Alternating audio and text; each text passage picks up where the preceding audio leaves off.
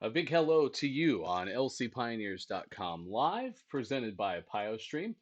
4 times a week, Tuesday, Wednesday, Thursday, Friday at 11:30, we try to keep you connected with Lewis and Clark student athletes, coaches, folks from the community, and our alumni as we're into the final week of undergraduate classes at Lewis and Clark for the spring 2020 semester. Everyone currently taking their classes remotely, getting ready for finals, which will come up next week. A big week as well ahead too with LCs. We'll talk more about that, or Excellence in Lewis and Clark's Year of Sports. We'll try to keep you in connection with those four groups that we talked about, and a special guest today as well from Lewis and Clark Swimming. Hi, everyone. I am Ryan Goff. I'm the play by play voice and director of athletic communications for Lewis and Clark College. We are a Division III institution competing in the NCAA's Northwest Conference against institutions from Northwest Oregon and throughout the state of Washington and nationwide with Division III and all the institutions that make up it. JP Greener is our guest today. He is a sophomore for Lewis and Clark Swimming. They did get to finish their season. It was the last real events before spring sports got started with the Northwest Conference Championships that Lewis and Clark hosted. And Tamara Coe, Claudia Lober, and our group did a great job hosting those up at Federal Way, Washington. And there was a unique moment that we'll talk to JP about regarding a record. There's many records that get broken almost every year at the Northwest Conference Championships, especially in recent memory for both Pioneers men's and women's swimming. But his story is pretty unique. We'll get that from him. He's a chemistry major from Tucson, Arizona. Until then, we do invite you to get connected with us. You can tweet us, LC Pioneers. You can follow us on Instagram as well at the same handle, LC Pioneers. And then down below in our comments, hi Hannah, Emily, and Annabelle for watching today. Sports at lclark.edu as well is another way to connect with us. We'll let you know who our upcoming guests are for Thursday and Friday's show. Already starting to work on next week as well. If you do have a suggestion for someone you think should be on the show, let us know. You can go ahead and send us a message in all those same places as well. As far as news going on right now with Lewis and Clark Athletics, you should definitely check out our Twitter page because the Last Dance documentary that is about the Chicago Bulls 97-98 basketball team featured Pamplin Sports Center. Had a little blip that you're seeing now on your screen, courtesy of ESPN. It was neat because back in 1992, during the NBA Finals when the Bulls were playing at the Blazers, they practiced at Pamplin Sports Center. And if you follow us on Twitter, we actually were lucky enough to have Willamette Week further that story. And one of the facilities managers for the law school now, who was working for the undergrad campus, actually snuck into that practice. So he can tell you a little bit more about that on our Twitter feed, twitter.com/LCPioneers. You're seeing right now our YouTube playlist, youtube.com/LCPios. We're doing our best we can from wherever we are. I have JP in a room in his house in Tucson. I'm in my bedroom in Salem, Oregon. We're trying to put everything together on consumer grade internet. And we've definitely seen some of the ups and downs. Last week, great shows Tuesday through Thursday. All of a sudden, Friday, things didn't go great. Also, yesterday's show with Becca McCullough could have been better in terms of the transmission. So, what we do is we record those shows locally and we do put them up on our YouTube channel. So, for some reason, our live stream doesn't come through as well as we had hoped. You can definitely watch everything in its entirety at youtube.com/lcpio. So those are just some of the things that are going on with Lewis and Clark Athletics. I still encourage you to visit lcpioneers.com/YLC as well and get an in-depth look into the Lewis and Clark College campus. We have a campus tour video up there and opportunities to get involved with student tours today at 3 o'clock, Lewis and Clark College on Instagram. Ben Shearer, class of 21, will take us through an Instagram live session and campus tour. And then what they've been doing at 4:30 is really cool, an information session with one of the admissions counselors and a current student. We've seen, speaking of swimming, Sabrina Murray featured in one of those, who's one of Lewis and Clark's women's swimmers. With that said, let's go ahead and bring in JP Greener. He's a sophomore from Tucson and a competitor for Lewis and Clark men's swimming, who, in the last 2 years, both of his years on the team have had some pretty impressive improvement from years past, especially like the dual meets, the way that they've competed at the Northwest Conference level. And we welcome JP in right now. JP, welcome in. How's the weather treating you in Tucson? It's been hot. It hit 102 yesterday, so Now, is there a pool available to you? yeah, that's actually where I've been training is in my backyard pool. So elaborate on that. Like, you're out of season, right? Otherwise, wouldn't be Uh-huh. competing for the rest of the semester anyway. But how have you kept up your training, and has that been fully independent, or is that something that the team has structured some off-season things for you? It's been mostly independent. So swim is one of those sports where if you're out of the water, it takes you twice as long to get back into shape. So we tend to train through the whole off season. Usually when I'm home, I train with my club team, but all pools are obviously shut down. So I've kind of just been writing my own workouts and swimming in my own backyard pool, even though it's like a third of what a normal lap pool is. Well, and when you think about it too, kind of curious your story necessarily of why you got to Lewis and Clark in the first place, but describe facility wise too. How has Lewis and Clark's pool met your expectations? What are some of the best aspects about Lewis and Clark from an athletic standpoint? Coming to Lewis and Clark was definitely a change because swimming, growing up in Arizona, you swim outdoors all year round, right? I mean, and you swim, my club team, I swim in a 50-meter Olympic sized pool. So coming to Lewis and Clark was definitely a change, indoors, only 25 yards, 8 lanes. I mean, it was a change, but I really like the fact that it never gets dark when you're swimming because you're always swimming indoors and it's light. And Lewis and Clark actually has some of the best air quality, which is like a big issue with indoor pools, is air quality because of like the chlorine. And so I rarely have like a breathing issue or like a cough that you can get from other indoor pools around that we've swam at within the conference. When you think about the original reason you chose Lewis and Clark, what was it about the school, about the swimming program with Chris Fonts that really appealed to you? It really came down to my recruiting trip. I came and I visited right after my senior year of high school state because Arizona has high school swimming in the fall. So I came around mid November and met the team, and I had never met a team with a more positive team dynamic that everybody worked together and everyone was supportive. We eat all of our meals together. We go to social events together. We hang out outside of practice time. It's not just like we all have our own separate lives and then show up to the pool and then go our own separate ways. It's like everybody is connected outside all around all the time, and that was something that was really a draw to me. Specifically about the coaching staff, Coach Fonts has been the head coach of Lewis and Clark Swimming for over a decade. And you've had a lot of longtime assistants that have spent time with the program as well. What are some of the unique aspects, stories that have come from your coaching staff? Okay, well, if you know Chris, Chris has a sweet tooth. So there's two parts to this. So we were coming back from, I believe it was a dual meet, and it was really late, and we stopped at a Dairy Queen because we all were exhausted and needed something. And if you can convince Chris to stop anywhere, it's either gonna be a Jamba Juice or a Dairy Queen. And so we stopped at Dairy Queen, and we're all getting like smalls or medium shakes, and all of a sudden they call it this like large peanut butter chocolate blast, and Chris walks up to the counter looking like a little kid, and he just has his eyes were huge, and we all just look at him and we're just laughing about it. And then at conference this year in Federal Way, my parents stayed at the same hotel as the team, and my parents actually ran into him coming back from Coldstone, which was across the street at like 8 a.m.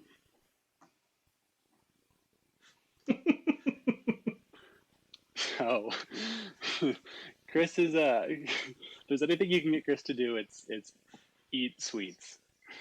I love it. It's JP So yeah. Greener. He is sophomore for Lewis and Clark Swimming, joining us on lcpioneers.com live. You can connect with us, ask a question if you'd like down in the comments below, or at LC Pioneers on Twitter and Instagram. Describe this last season. Again, we talked about Lewis and Clark hosting the Northwest Conference Championships at Federal Way, a really cool venue with the King County Weyerhaeuser Aquatic Center. What were some of the teams, both men's and women's, takeaways that really stuck with you from how you competed at that 4-day event? Um, the team takeaways were that, especially for the men's team, we had so many finalists in 50 free, 100 free, like the big competitive events. Those are probably two of the most competitive events in all of swimming, and the fact that we had A and B finalists across the board, we had more like men from our team in those finals than any other team there, if I remember correctly, and that was huge for us because it's a lot of points. It shows just how far the program has come.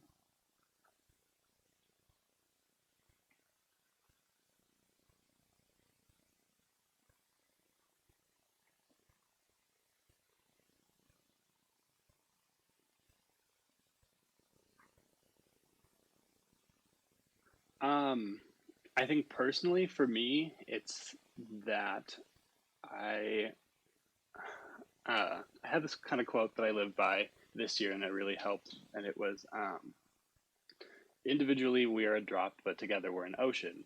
And it's really the fact that I took the time to step back and realize that I'm not doing this 100% for me. I'm doing this for the team, and that's really something that I feel that like the rest of the team has embodied too, as well as the fact that you are in these lanes and you have like your lane positions of who leads and who is like second, third, or fourth, and you always, in my opinion, and from what I've seen, especially across the team now, is you always find someone in like a different lane that you're always racing or pacing off of or keeping up with, and it's just like you find different people to motivate you throughout different sets. JP Greener joining us on lcpioneers.com live. I want to say hi to Sharon, Emily, Mark, and the rest watching on Facebook Live. We do archive the shows, youtube.com/lcpilots. You can watch after the fact. In fact, Emily Skaggs, already on the show talking about D3 week in one of our previous weeks of shows. Chemistry, that's the major that you have. What kind of helped you settle on that as the route that you want to pursue moving into your upperclassmen years next year? I came in, I had a really great experience with chemistry in high school. I took a forensics class because we were required to take a chemistry my sophomore year of high school, and we had different options. And I decided to take the forensics, and I had a really positive experience with that. And then I came in freshman year, and I took intro level chemistry and intro level bio, and I wasn't so keen on the bio side, but I really liked the chemistry side, and I really liked, and I was doing well in it. Um, and I liked the opportunities that I could have with that, and all of the possible electives and upper level classes that I could take. And when you look to the future of chemistry, I mean, I know there has been a lot of our student athletes have touted research opportunities that have existed with, chemistry, biology, some of those types of majors. What do you project yourself doing, whether it is in the research world while at Lewis and Clark or even in the future? Do you have at least an inkling on what your path will be? Chemistry wise, I could honestly hope for anything research wise. Ideally, I would want to go into um, probably like a biomedical almost. Casey Jones, my professor now for organic chemistry two, runs um, a lab with sleeves for hearts and chemical compounds within that, which is extremely interesting, exciting to me. So, hopefully something along that path. Now, kind of circling back to the swimming aspect, we were talking about the Northwest Conference Championships, and every year a lot of records are broken at the event. You held one of those records, albeit for a shorter amount of time in one instance. Can you describe the moment that I'm referring to for those who weren't there? Yeah. So it was prelims of 100 freestyle, and there was three of us that were seeded to swim really well, and it was me, Kyle, and Andrew. And I swam before both of them just because based off of my seed time and how the seeding sits for championship meets. And so I swam, and I was ecstatic at my time because I beat the kid next to me and swam the best time. And I get out and I walk over to Chris and I was like, "Is that the record?" And he goes, "Yeah, by point oh 0.01." And then two heats later, Kyle steps up and completely shatters it. I mean, Kyle's a heck of a swimmer, so I'm sure that in that regard, it wasn't something that was too devastating. But I have to imagine, in fact, I think we had a great reaction photo of you breaking that record, at least one of them. I mean, it was a great moment. Uh, I guess that would be a good opportunity to talk about Kyle. Talk about some of your teammates, and what they bring to this team, especially some of those who are coming back like Kyle next year. Yeah, so funny story about Kyle is after conference, he came up to me and he goes, "So you have 2 years to be fast. Can I have next year?" And I was kind of just like, "No, like that's not how this works." But Kyle has been a key player for the team, but I think that there's no one person that defines a team.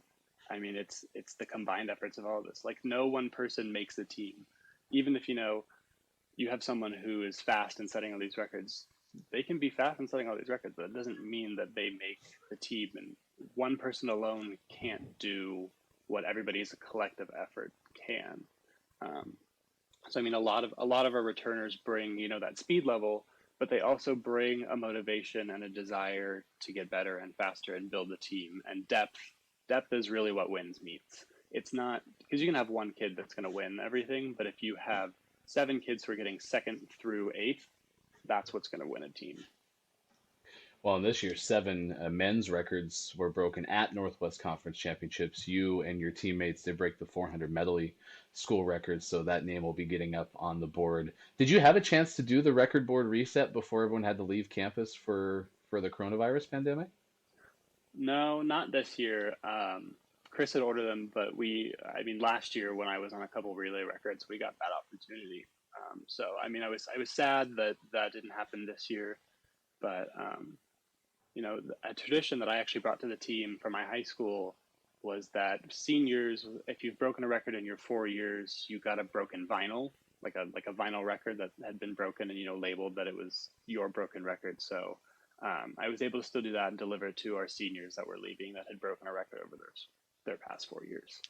Well, I like that a lot. That's a cool tradition. I'm happy you shared that at Lewis and Clark, and I've always enjoyed seeing the photos of when the records go up on the big board. I mean, it takes up a third of the wall on the far side of the pool, so it's certainly a great place to have your achievements noticed. I will ask you about your best story from your team. Well, there was this last year and your first year a season ago. But before I do, you had told me that you got an opportunity to sit on a board for USA Swimming. What was it that you helped that organization with, and what did you get out of that experience?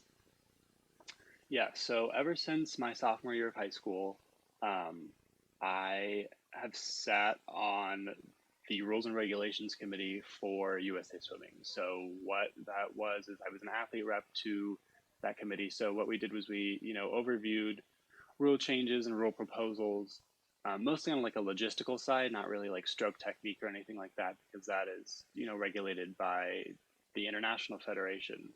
Um, but I mean, so a big thing for USA Swimming that was passed recently that I was a part of was there's a ban on technical suits for 12 and unders effective in September of this year. So, um, you know, it's really came down to there was like a no physical advantage and the cost thing. But we had to examine all of the possible opportunities and the rule proposal changes. And then you sit in this room full of like 300 people, and you have to sit up there and you have to explain why we're doing this. Why is this being added to the rule book? And it's an intense experience. Well, hopefully worthwhile for sure. It sounds like an experience that might help you in the future. Uh, you're going into your junior season when we get back to Portland in the fall. As it sits right now, best story that's come out of your underclassmen years with Lewis and Clark swimming. My best story that comes out of my underclassmen years with Lewis and Clark Swimming. Oh, this is definitely it. So every year in winter training, we have a talent show because we're one of the it's us and basketball on campus over winter break. And I think my favorite story of that was this year. Chris showed up. Chris and Bill, one of our assistants, were both there, and we're all going through like our talents or whatever. And Chris goes, "I'll go," and we're like, "What's going on here?"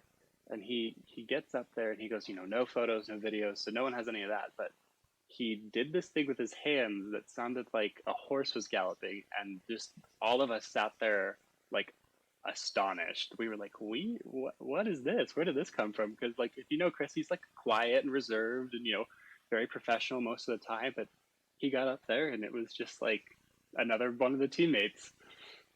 That's so great. Yeah, Chris has been an absolute pleasure to get to know and see how he gets to know his student athletes and provide you one of the best experiences on campus. So it's great to hear student athletes talk well of Chris, who again is one of our longest tenured head coaches, might even be the longest tenured head coach at Lewis and Clark. So JP Greener, sophomore from Lewis and Clark men's swimming, really appreciate taking the time to join us today on lcpioneers.com live.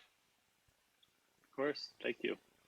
All right, that's how we do that. Have a good chance to talk to student athletes, coaches, people from the Lewis and Clark College community, and alumni on our show Tuesday through Friday at 11:30. Let's let you know who we got ahead coming up on the show. On Thursday, tomorrow, we'll have Jimmy Chow. He is the head coach of men's and women's tennis. Speaking of long tenures, I mean, he's been at Lewis and Clark virtually since he graduated as a student athlete and now in his what will be his third season as the head coach of the program starting next fall. He also, leads a program that had their seasons cut significantly short because of coronavirus pandemic. So I wanted to give him an opportunity to come on this week. In fact, tomorrow would have been the day of the LCs, which is our postseason awards show. So giving him an opportunity to talk about his seniors, talk about some of his impact student athletes who didn't get to compete in the spring as much as you would hope.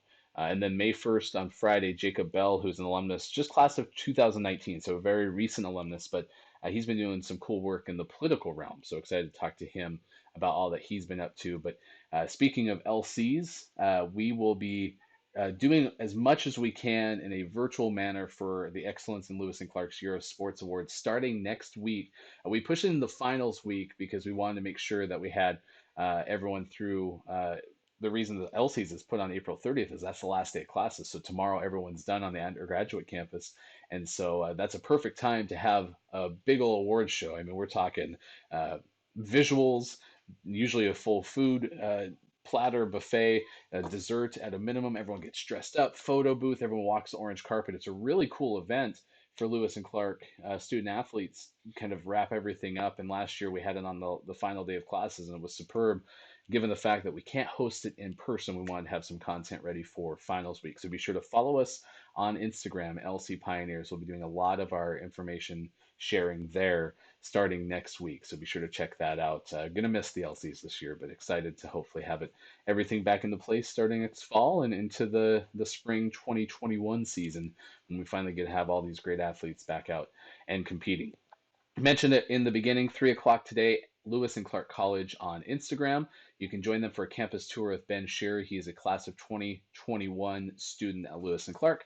And then information session starting at 4:30 with an admissions counselor and another Lewis and Clark student. That's again on Instagram, Instagram.com or Instagram app /Lewis and Clark College. Tomorrow, LC Pio's VB, our volleyball program, head coach Emily Hayes has her coffee chat at 12 noon. And then on Friday at 4, Lewis and Clark cross country head coach Matthew Burrow hosts his conversation. They've been having a lot of different athletes come in and talk virtually with their student athletes. And then on Fridays at 4, him and Jeffrey Randall kind of summarize what that conversation was like, and you can see all of those archived on their Instagram as well. LC Pio's XCTF cross country and track and field. So big thanks to JP for joining us. We'll have Jimmy Chow tomorrow, Jacob Bell on Friday. Big thanks to those of you who stuck around and watched with us as everyone already in the chat telling us, just how good Chris Fonts is, again, an outstanding coach, outstanding person on our staff. And he's my neighbor, in the Zembauer Swimming Pavilion. Um, he does a tremendous amount of morale on our campus. So he's a great person to have around. So I agree with Claudia and Emily and Hannah. It's a great additions. Miss everyone on our campus. So we'll try to keep you connected as we can with this show, lcpioneers.com live, archived, youtube.com/lcpios. There's a playlist. You can watch all of the shows right there if you have missed any, as we've moved now into our 6th week of shows. I do believe tomorrow we'll even be able to give you a little bit of a preview of who we're expecting next week on the show, trying to keep you in connection with alumni, student athletes, coaches, and the community. Until then, I'm Ryan Goff. Goodbye, everybody. We appreciate you joining us on lcpioneers.com live. I'm Casey Jones, and I teach a range of classes: general chemistry, organic chemistry, and also some advanced classes. And I have a research lab that currently I have 4 students working with me as part of the Rogers program. The summer experience is a way to get really deeply involved in the science that is here and be able to start to define what might be what you want to do next. So the brown bag gives our students a chance to explain their research and really show the context and the application of what they're doing to a very broad range of students and faculty. It's interesting to be able to communicate to other scientists what your work is, and it forces you to learn how to talk about your subject so that not only experts in your field can understand it, but others can understand it as well, which I just believe is a good life skill. To talk about your research in a way that anybody can understand it really is a valuable experience, and it's something that you don't get a lot of practice for except in these contexts. Because oftentimes you're giving a presentation to a classroom filled with people who know basically the same things that you do, but in a brown bag, you have to be able to explain and provide motivation for everything that you're working on and why it's important and why it's relevant to be studying.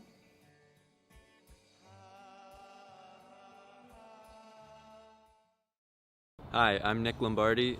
Something I've learned at Winterim this year is how to communicate a vision. My biggest takeaway from Winterim is probably the networking. Getting to talk to everybody, connect with people for the future is one of the most valuable things, and I did Winterim last year, came back for more this year. I think a way in which my liberal arts education has really helped me and my group formulate our ideas is that concept of critical thinking and having many different backgrounds. Me being an econ major and my 2 group mates being chemistry majors, we really get that well-rounded background, well-rounded ideas. I think overall it's absolutely worth doing.